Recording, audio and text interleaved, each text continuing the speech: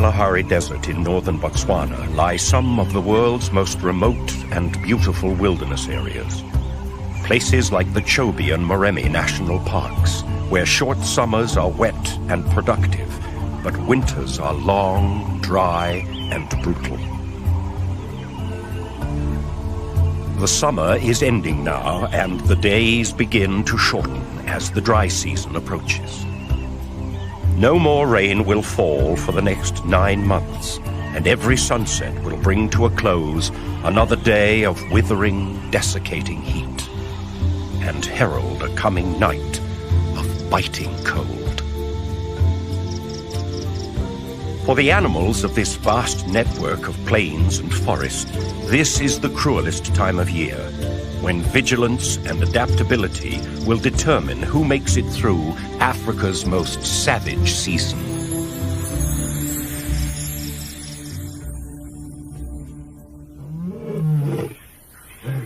Every day is served up as a test of resilience for each different animal, as water holes dry up and food becomes more and more scarce. Only the toughest individuals of the most resilient species will make it to the other side of this harsh test. Most animals will move away to seek sustenance and water near the mighty rivers of the north. Zebra and buffalo begin to leave as resources dwindle and the hot breath of the dry season begins to wither all before it.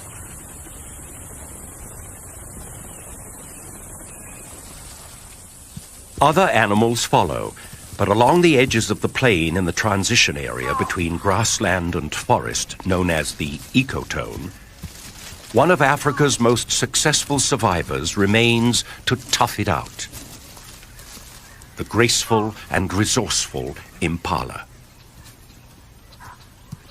The beauty and seeming frailty of these timid antelopes belies an ability to survive not only the adverse elements, but also a constant and savage onslaught from every predator that shares their world. In March, at the beginning of the dry season, the impala population is gathered in mixed herds, and the shorter day length sets off a switch in the hormonal activity of the males.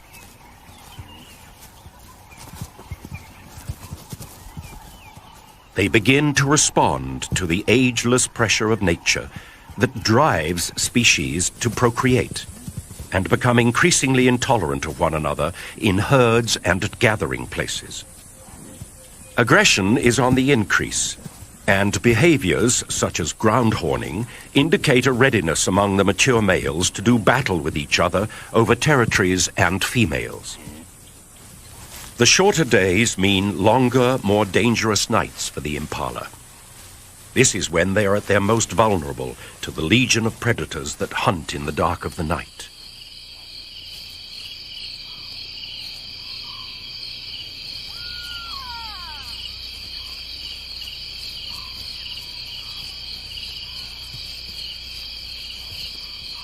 But as the moon becomes full early in the year, it triggers another passage of savagery in the tension-filled life of the impala herd. The yearly ritual known as the rut. The rut is the annual competition for territory and mating rights among the prime males in the population.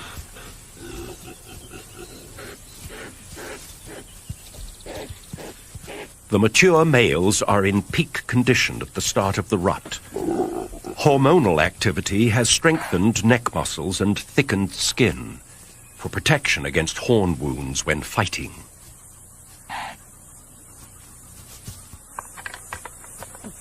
Fights at first are limited to bouts of light sparring and horn twisting. This allows males to size each other up without serious damage. But soon, along the edges of the plains and around the waterholes, fierce battles begin to break out.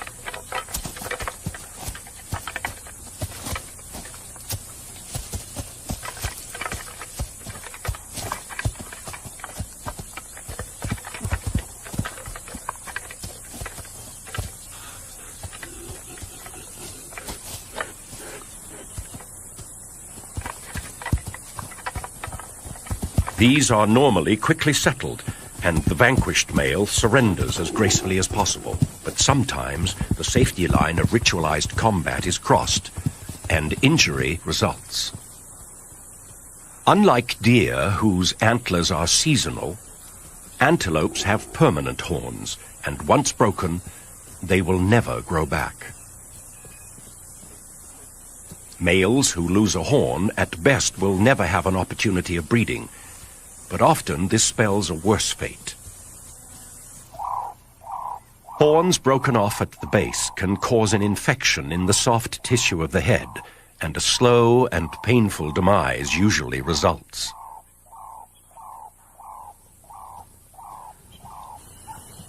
In particularly violent exchanges, a male can lose both horns, and then has no way of defending himself against painful stab wounds.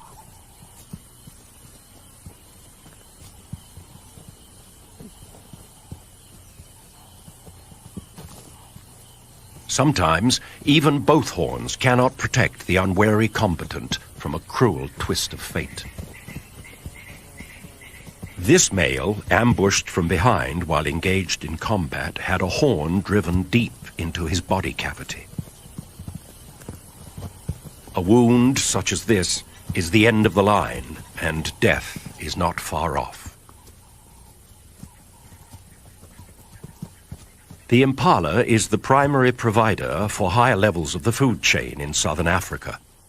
The intact carcass of the wounded male provides an opportunity for scavengers to feast, rather than pick at the leftovers of other predators.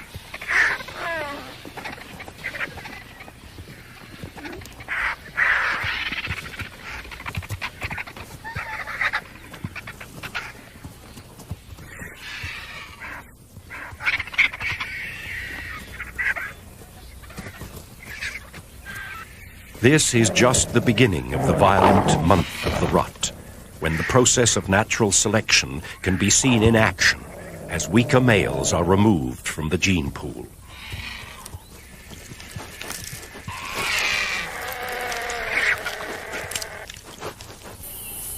For the surviving rams, the serious business of breeding goes on. Once a hierarchy has been established, the most dominant male stakes out the prime territory and begins to display ownership. He patrols his boundaries at a steady, measured gait, walking in a tall, proud posture, rather like a gunfighter of old.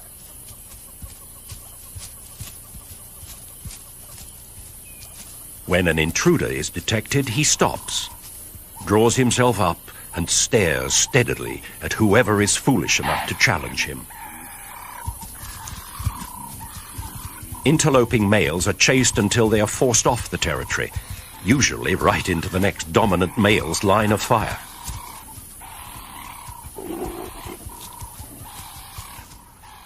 The rams at the top of the hierarchy hold sway over the prime territories with the best resources, such as food and the right mixture of cover and open land. This, in turn, attracts the most female herds.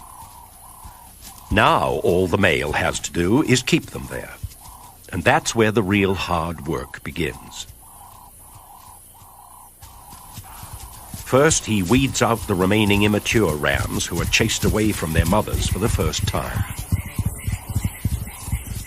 All the displaced youngsters and non-breeding males satisfy their herding instincts by forming bachelor groups that live on the fringes of society. They need the security of numbers for predator detection, but antagonism remains high. For the youngsters, this is like a training camp where they learn sparring skills for future serious bouts. The most dominant males give off a strong scent from glands in their foreheads. Weaker males sniffing this scent detect the higher hormonal levels and back down from challenges, a mechanism that regulates aggression. Back in the breeding herd, the male is now using 3 times as much energy as the bachelors. He has to keep his females from leaving his turf. The closer they stay to the center of his territory, the calmer he remains. But as soon as they wander too close to the border, they must be herded back. He chases down the most receptive females, and as a prelude to mating, indicates his intentions by ritualized behaviors such as following and tongue flicking.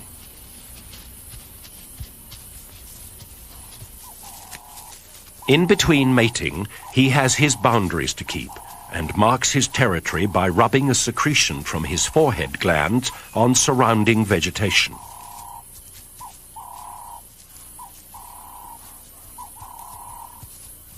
Roaring with neck stretched low is also a territorial advertisement.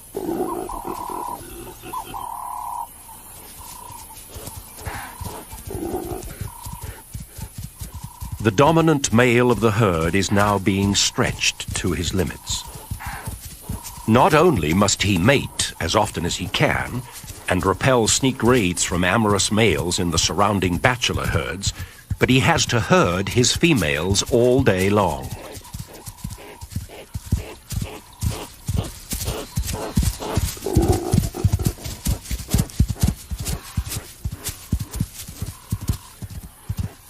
All of this activity begins to wear on the ram, and through the mating season, he can lose 30% of his body weight.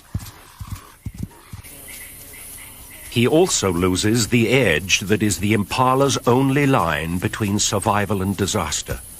And at this time of year, the predators begin to target the noisy and conspicuous males. A female cheetah, with almost full-grown cubs, has part of her territory in the impala herd's area.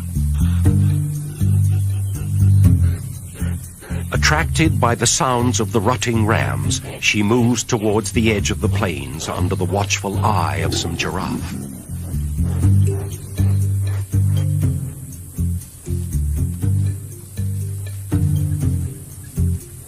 While she uses vantage points on the edge of the plains to spot potential prey, her cubs follow along.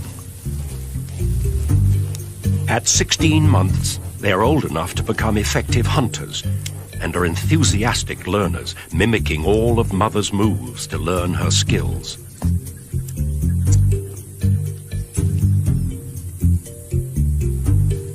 She uses a dead tree to detect the herd's position and quickly moves off to begin the stalk. The calf still has to learn that climbing is not something that cheetahs are particularly good at. Approaching the impala, the cheetah's eye is honed to detect the slightest sign of fatigue and weakness in any member of the herd. An opportunity at an exhausted and preoccupied male is difficult to resist.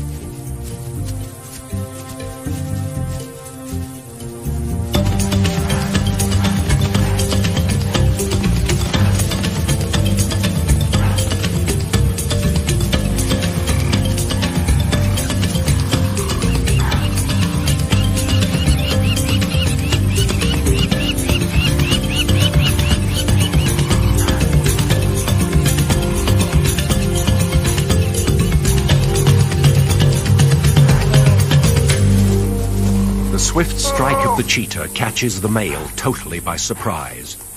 Weakened by constant physical exertion over the last month, he is much slower off the mark than his harem, who escape and stand a short distance off.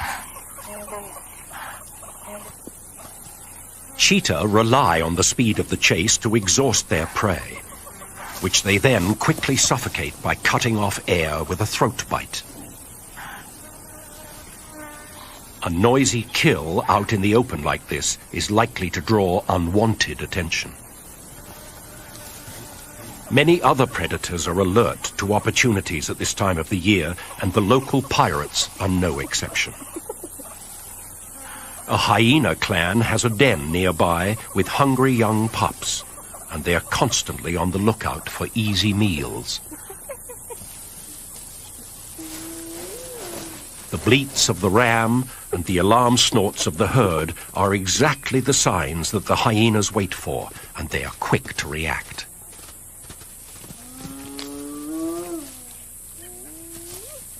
All three cheetah are no match for the brute strength of a hyena.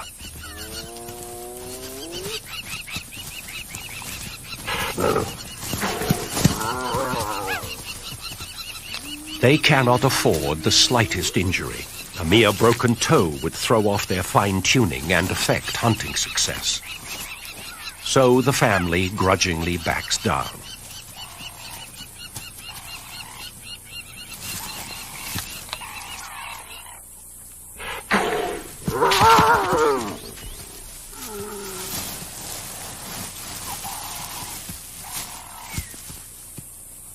The cheetah move off to watch from a safe distance as more hyenas begin arriving on the scene.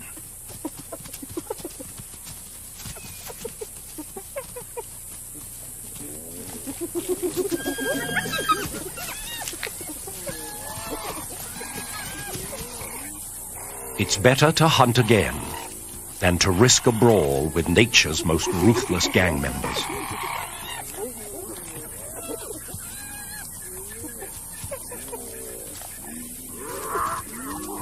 The cheetah's loss, however, is a necessary gain for the hyena clan.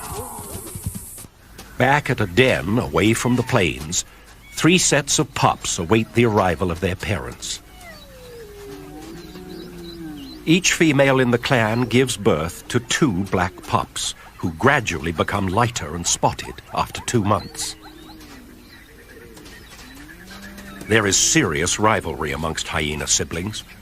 What appears to be playful tussling is actually an establishment of dominance between and within each pair of pups. Even as infants, hyenas can turn into deadly killers.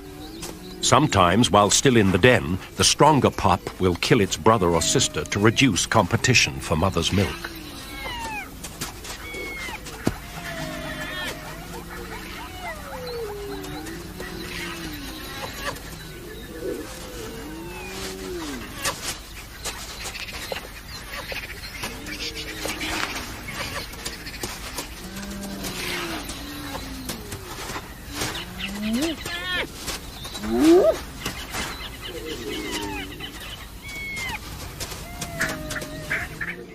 The dry season is now moving into its 3rd month, and things are getting tougher for the impala and many other species of the plains.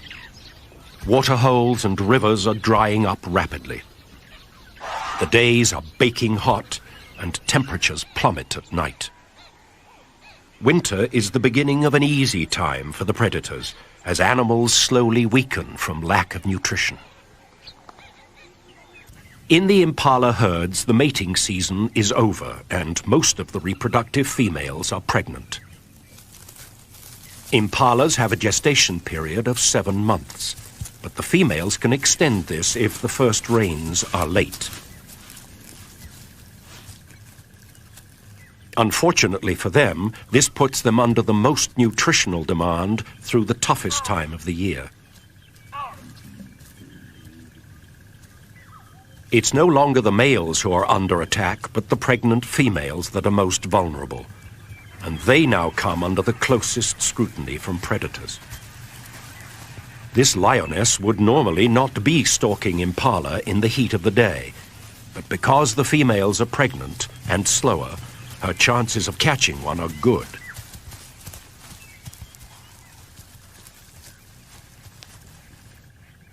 A careful approach, freezing each time the herd looks her way, gets her within striking distance.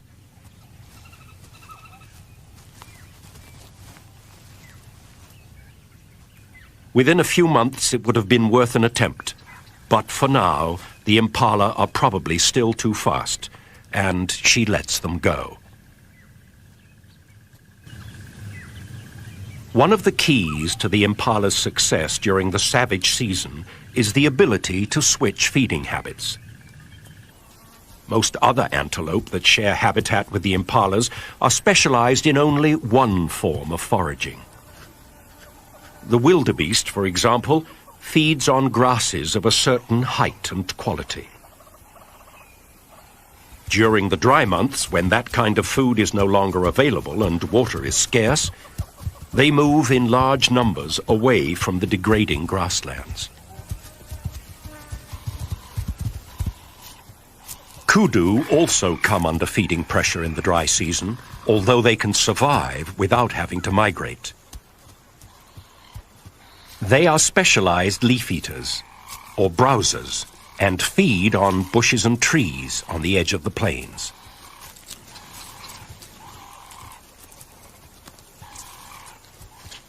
Impala, however, can take advantage of both food sources and switch easily from grazing to browsing.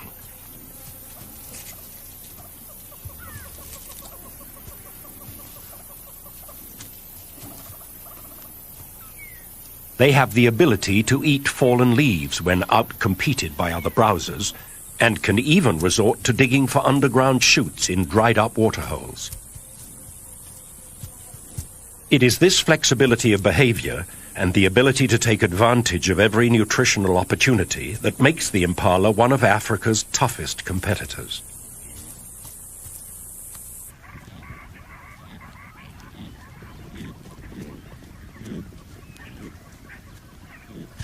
Deep into the dry months, some species of acacia tree come into full bloom, attracting the attention of troops of baboons. They climb to the top of the trees and feed on the nutritious shoots and nectar-filled flowers.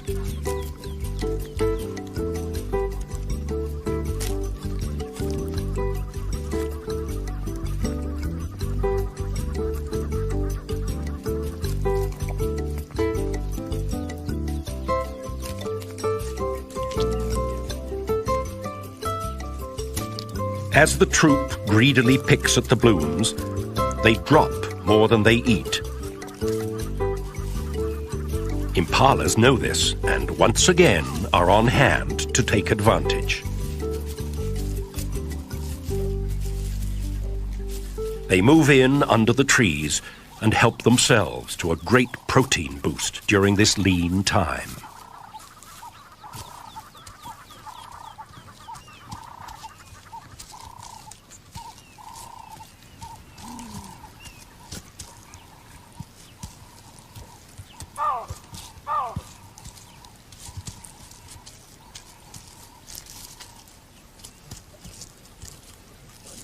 Along with the baboons, there is another hugely successful generalist living in the impala's realm, who's not only able to change feeding behavior, but can change and manipulate the very environment in which it lives. Elephants feed along the ecotone during the dry months, reaching for the foliage they need to fuel their 6-ton bodies.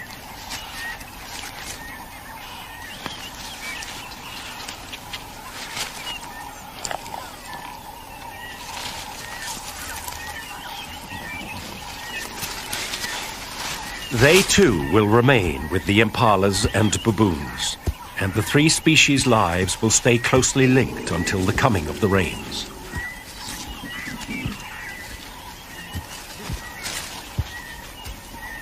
These giants have a fascinating method of harvesting a food source, directly available to no other species: the pods of the camelthorn tree, Acacia albida. With their great strength and size, they could easily tear limbs and pods from the tree or simply push the tree over. Instead, they carefully shake the tree, causing the pods to drop to the ground.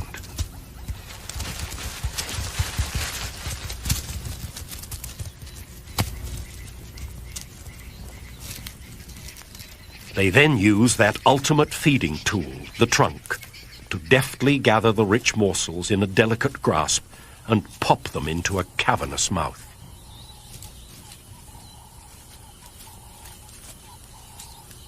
This behavior is remarkable in many ways. It benefits the elephant, who not only gets a rich meal, but seems to understand that by leaving the tree standing, there's a guarantee of other harvests of pods for years to come. It also benefits other inhabitants of the ecotone, and once again, the first to move in are the impala.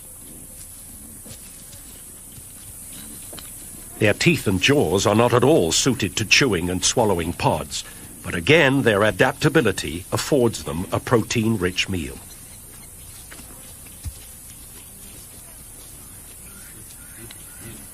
Others also arrive to take part in the feast. The elephant and impala dislodge seeds, blooms, and insects in their feeding, and birds like red-billed quilias and tiny blue waxbills take advantage.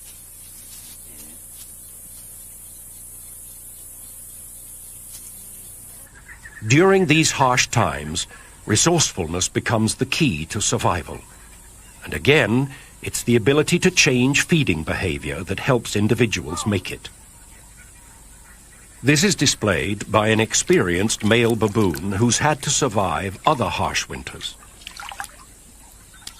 It seems he's learned that the river, before it dries up completely, holds some underwater secrets. Crocodiles keep baboons from going anywhere near the water under normal circumstances. But these are desperate times.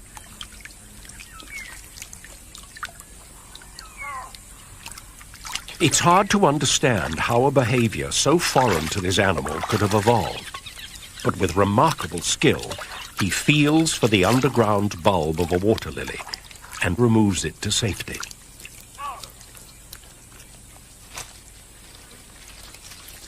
This truly amazing new behavior seems to leave the wise old fella totally unmoved. With great dexterity, he peels and eats the succulent shoots before tearing into the food-packed storage organ of the plant.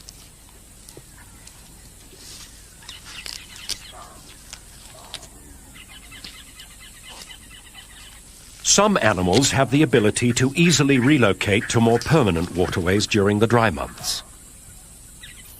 A resident fish eagle could fly to the nearest permanent river in less than a day. He's a highly specialized hunter of fish and amphibians, with huge talons adapted to the grasping and holding of slippery, wriggling prey. With the drying of the waterways, his continued presence here is somewhat of a mystery. The answer is, once again, in the ability to make a slight change in behavior. An alternative source of food has become available. Thousands of turtle doves fly in from miles around to drink at the last remaining water. All the fish eagle must do is adjust from prey that swims to prey that flies.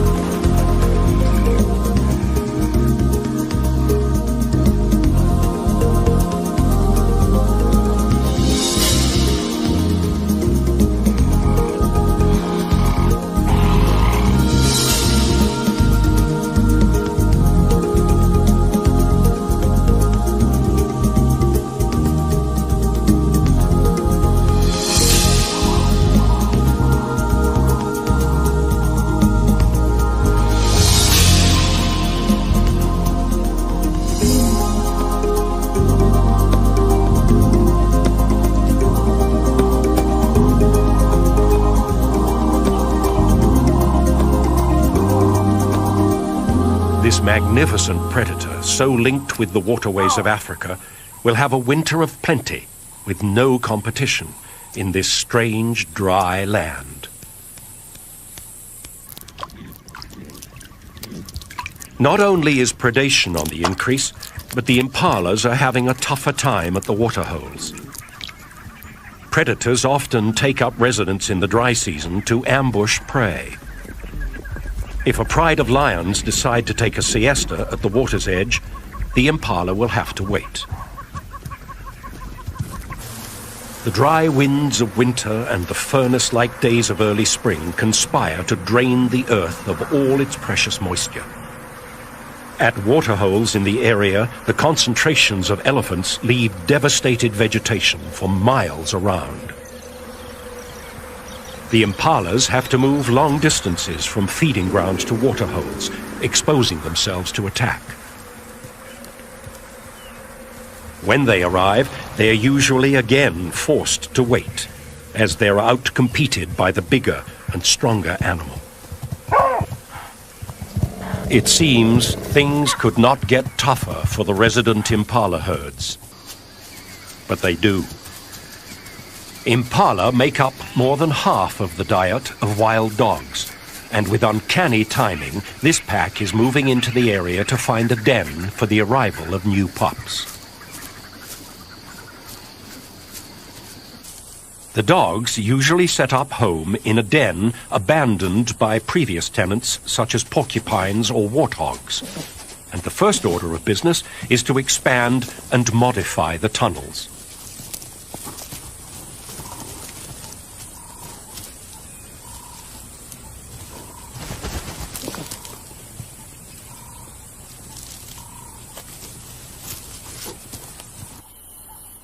Once the breeding female has given birth to the pups underground, the pack is anchored to the area for at least 3 weeks.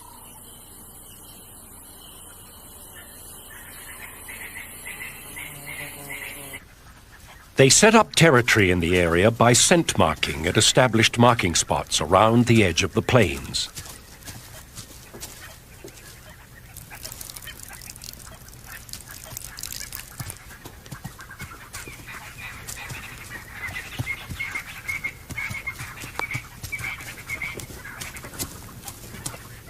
Although they hunt primarily in daylight, they often set off to hunt before dawn, and while they're in the area, they work mostly along the ecotone in the territory of the impala. This is Africa's most efficient social predator. Once they have selected a target and stalked close enough, they seldom miss their intended quarry.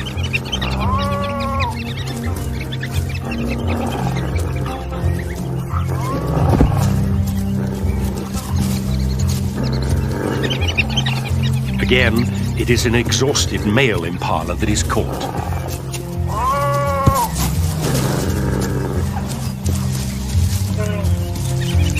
With a method of killing that appears cruel, dogs are much maligned as vicious, unfeeling brutes. But they kill quickly and share the spoils evenly among themselves.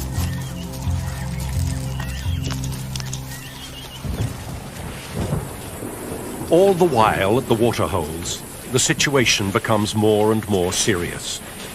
As thunderstorms threaten to break the desperate grip of the dry season, bull elephants line up patiently in a well-established hierarchy, waiting their turn to drink. This is an organized rotation of dominant individuals and small groups of allies, sometimes standing 50 deep, waiting hours for their turn. The meager, muddy pools.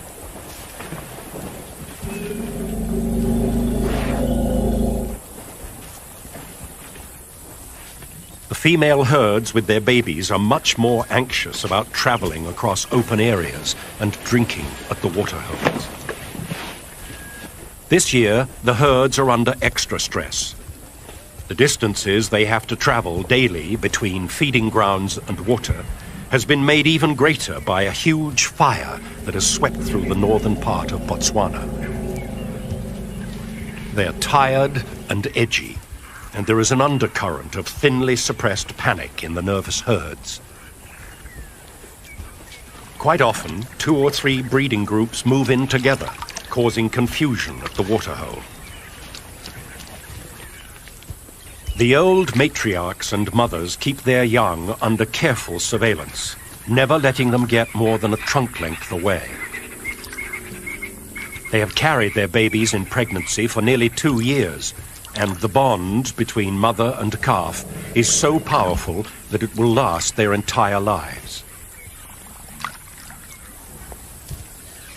A young bull calf, barely 2 months old, arrives with the group. His back is freshly caked with mud where his mother has bathed him to prevent sunburn.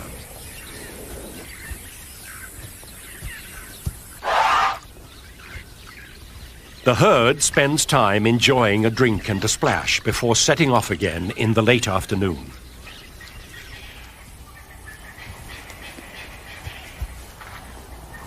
The walk back to the feeding grounds will be challenging, as the hot winds of October blow up a dust storm that will rage through the night.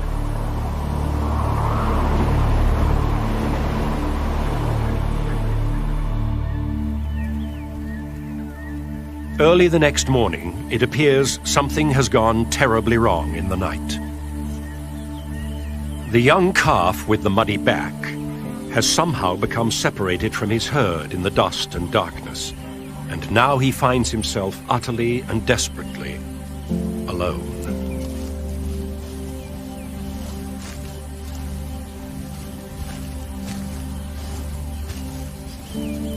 Elephants, with their deep social bonds, are known to adopt stranded orphans.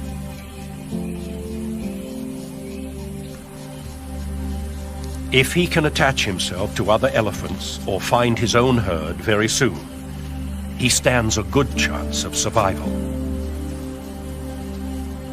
The little calf is as helpless and confused as a human infant would be without his mother. It's obvious that he can smell her and the herd in their dung surrounding the pools, and he spends time sniffing at the familiar, comforting smells.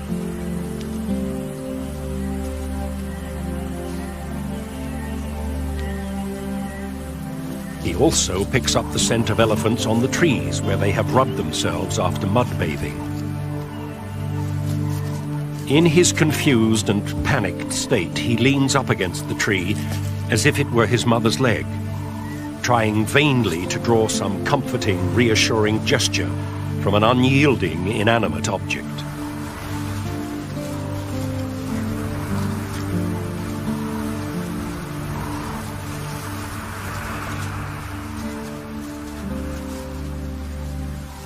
After his first hours alone, help arrives in the form of a few huge elephant bulls.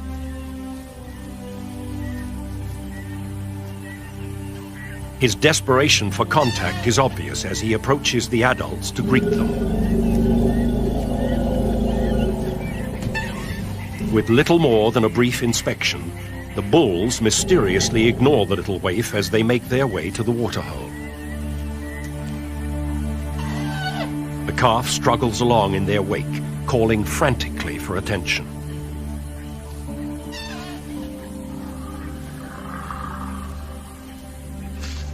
The calf is still totally dependent on milk. He can't even drink water for himself, and as the temperature steadily rises into the hundreds, he becomes more and more thirsty.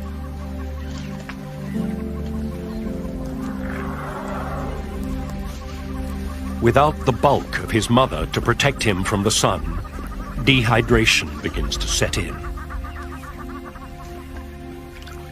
Desperately thirsty, and now even more confused, he attempts to suckle from the bulls at the waterhole. At first, the adults ignore the pitiful advances of the youngster, but as he becomes more persistent, their indifference turns to anger.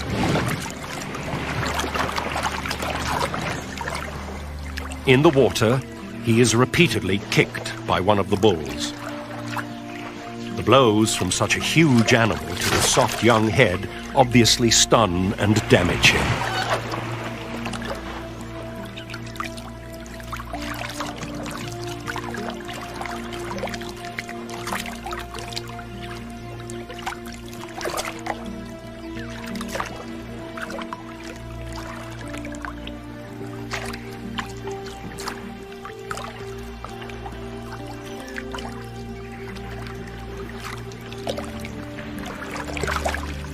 Even after such violent treatment, the urge to be close is too powerful, and he struggles after the adults.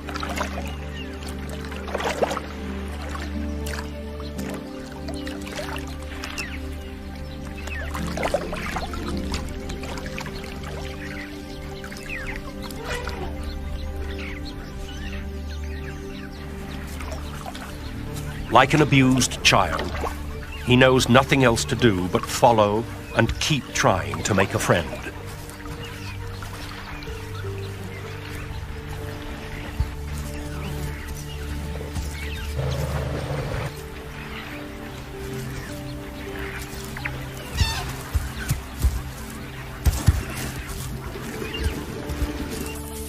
It's midday now and fiercely hot. The temperature in the sun is over 120 degrees, and the bulls have retreated to the sparse shade of some nearby trees. The orphan continues desperately to seek attention and comfort, but is continually rejected.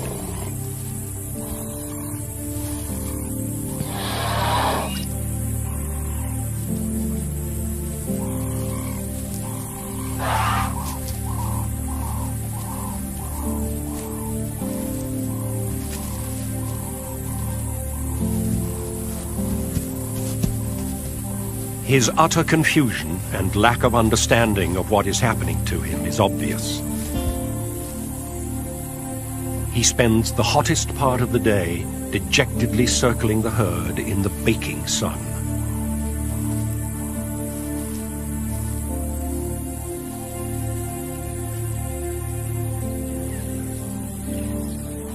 As the bulls start to leave in the afternoon, the tiny stray tries to follow, and the rejections begin to get more violent.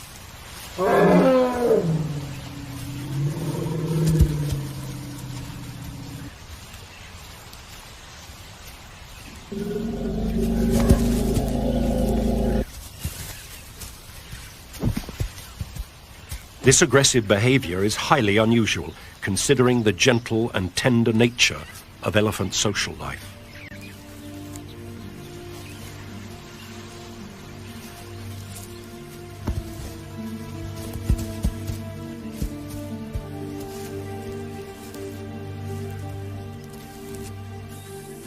The calf retires to a small grove of trees, where he stands shivering and twitching in what appears to be a state of complete nervous collapse.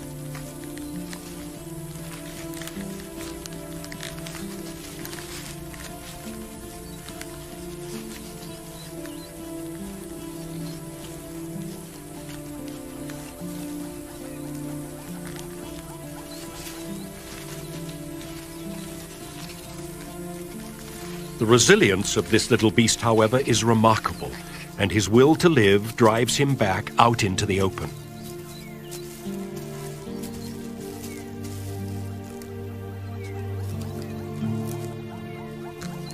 He once again attempts to suckle, this time on a tree, before heading back to the waterhole.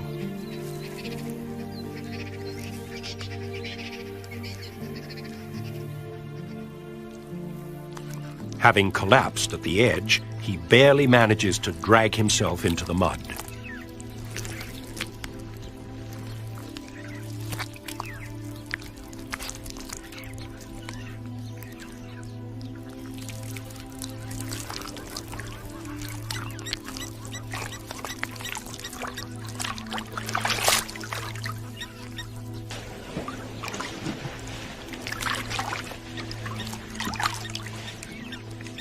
At last it seems there is real hope when a herd of cows with a young calf his age suddenly arrives to drink. As he persists in getting close to the herd's own calf, the reaction of the females is shocking. This would be the ideal group to adopt the stray. With young calves of their own, the females are lactating, and their overpowering maternal instinct should be stimulated by the calf. But instead, he is once again violently rejected.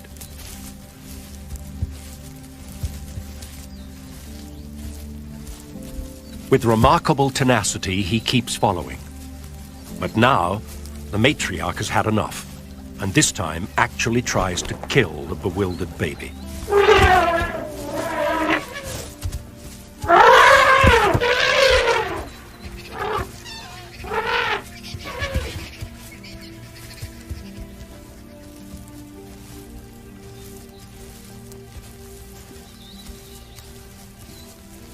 It's obvious that something is dramatically wrong. Is this violent reaction an indication of the stress the elephants are under? Can the females simply not afford the energy to adopt the youngster because this year's meager resources are barely enough to raise their own offspring? Is there something physically wrong with the baby that the other animals can sense and want to avoid?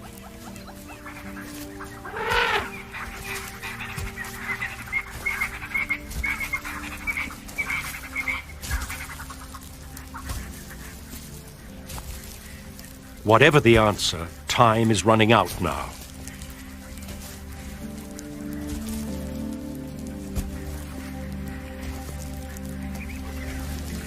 As the sun sets, the final act in this desperate tragedy of a day begins to unfold.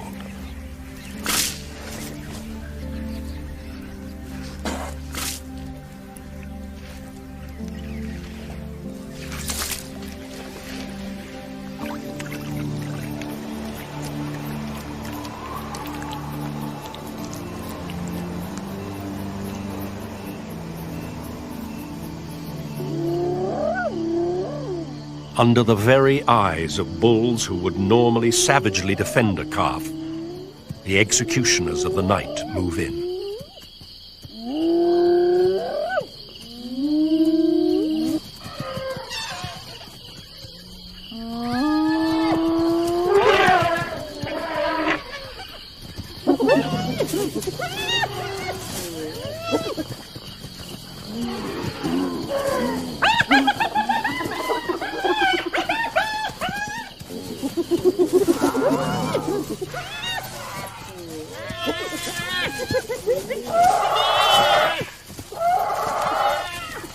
Although his death is violent and brutal, it is merciful at the same time. He will not have to endure another minute of the loneliness, bewilderment, and pain that was this terrible day.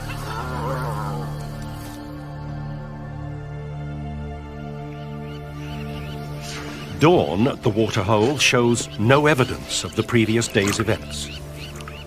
Life in Africa goes on with a ceaseless, uninterrupted rhythm. Every event has its place and fits seamlessly into the flow of days and nights.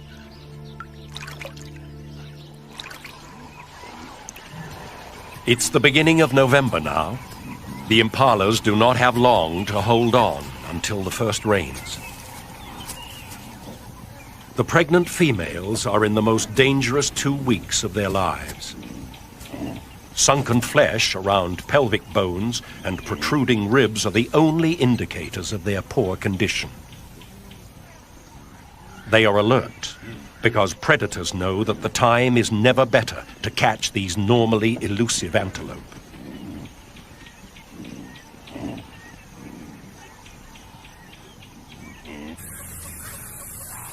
Still, the most dangerous time for them is the trip back to the plains.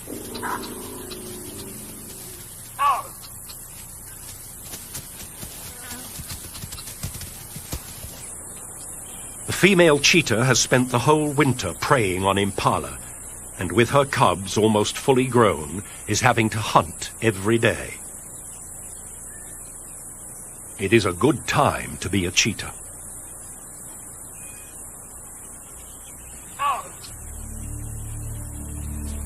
Through the season, the cheetahs have lost over 70% of their kills to the hyena, so the female has changed her behavior.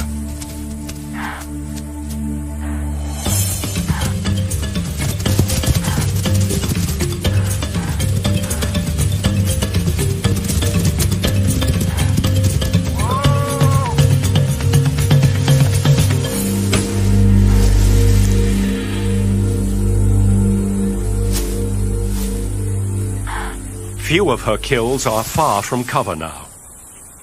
Once she has caught this pregnant impala, she drags it, still alive, under some bushes.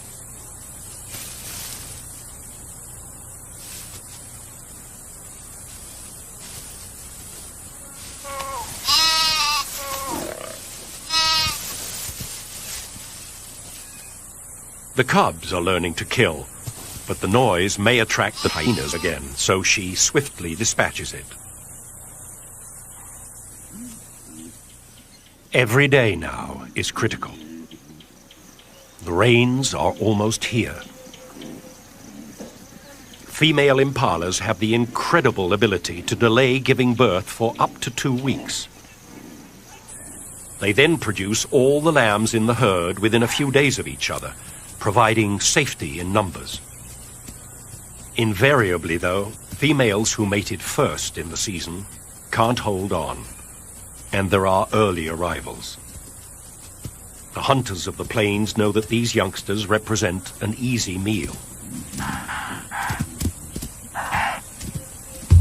With pups of their own to feed, the wild dogs are targeting the babies.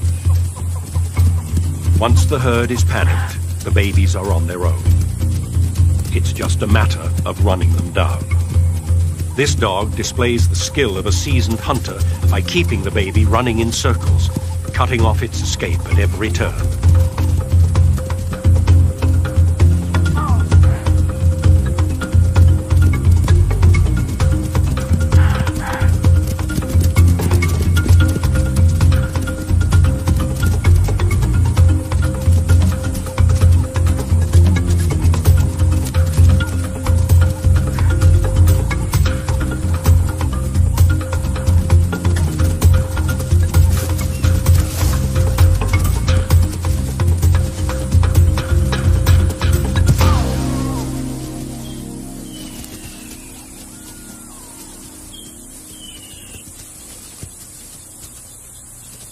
The pack will probably kill most of the early babies, but the herd is almost out of danger.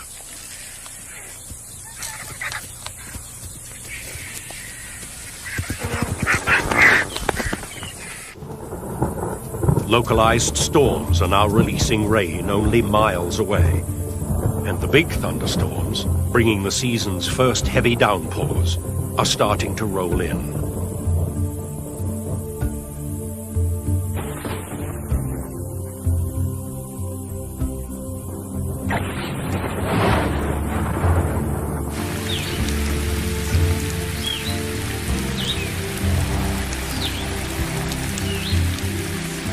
The rain very quickly brings a close to the seemingly incessant days of heat, dust, and death.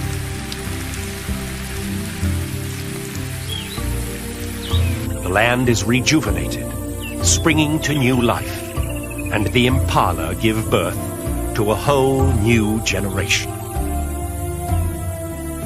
They will have 4 short months of plenty to build their strength before the beginning of the next savage season.